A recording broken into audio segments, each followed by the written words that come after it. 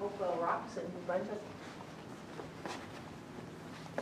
Is that where people go to see the tides? Yeah, the tides, yeah. So yeah, because they go, I mean, this is at its low, and then when the tide is high, it's like right up to the top.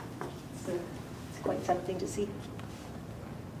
This is way up north. I haven't seen them. They're called the unclimbables. They have since been climbed. Okay. But they're... And then this must be in Banff? No, this is Waterton. My favorite national park. Oh, okay. Actually, in this one right here, this is called Cameron Falls, and it's in Waterton National Park. Yeah. And in the springtime, it actually has red water, because they have all kinds of red rocks that the water pours over. And in the spring, it's actually that color. Not the rocks, but the water. Yeah, the water, because of the rocks. Yeah. In the Red Canyon there, we actually have red rocks. And our beaver. And this is smoking fish, in case you didn't know what that was, because in BC they do a lot of smoking salmon and stuff like that. And then here we have our ice fishing, of course. Yeah, and then the Red River Wagon. Yeah. And I don't know why I'd even know that that's the Red River Wagon. I just looked at it and said that, but I wasn't even sure.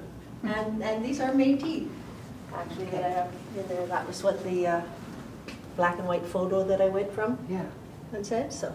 Some of the images for me are just going way down in the subconscious. Yeah. This is a head smashed in buffalo jump.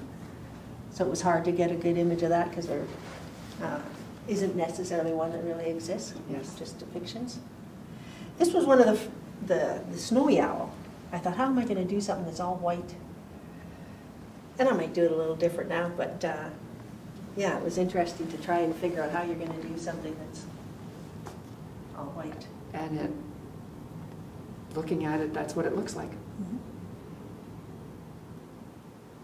What are all those symbols on that? Those are pictographs, and they're in Writing on Stone Provincial Park, the southeast corner of Alberta, though they're in other places in Canada too. So some of our very first civilizations that lived in Canada actually have writings like that on the wall. And another very historical one is this one here. These are petroglyphs, and they're the rock formations. These ones are in the Whiteshell, and unfortunately they were just vandalized this year. Again, they're like thousands of years old, and they're they're turtles and snakes. They've got to, maybe they need to put something around them. Well, I think they're maybe going to, I mean, it was very heart-wrenching that they got vandalized this year. But somebody else was saying that of some, on the west coast, I think they said. And they said they made concrete forms of them. Okay. I guess just in case. And our queen. Yes, of course. But we have a lot of history, like, you know, these two things. I mean, they're, like I said, they're thousands of years old, really. And that we don't necessarily know about. These are what they call snow ghosts. That's just, when we'd see it out in Delta, just when the snow just gets really frozen onto the trees. Just heavy, and they're just coated in white. What does this one mean?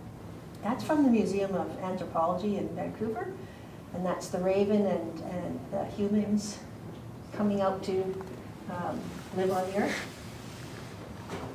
Man coming out. So the birds don't like the humans. What's that? So the birds want to crush humans. I don't know about that. I don't think so. We'd have to look more into that. That's what it looks like. Yeah, it does, doesn't it? Yeah.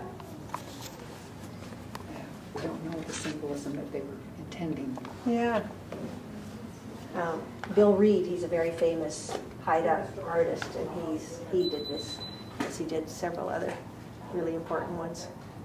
And we've got the walruses and the snowshoes, again, the totem poles, the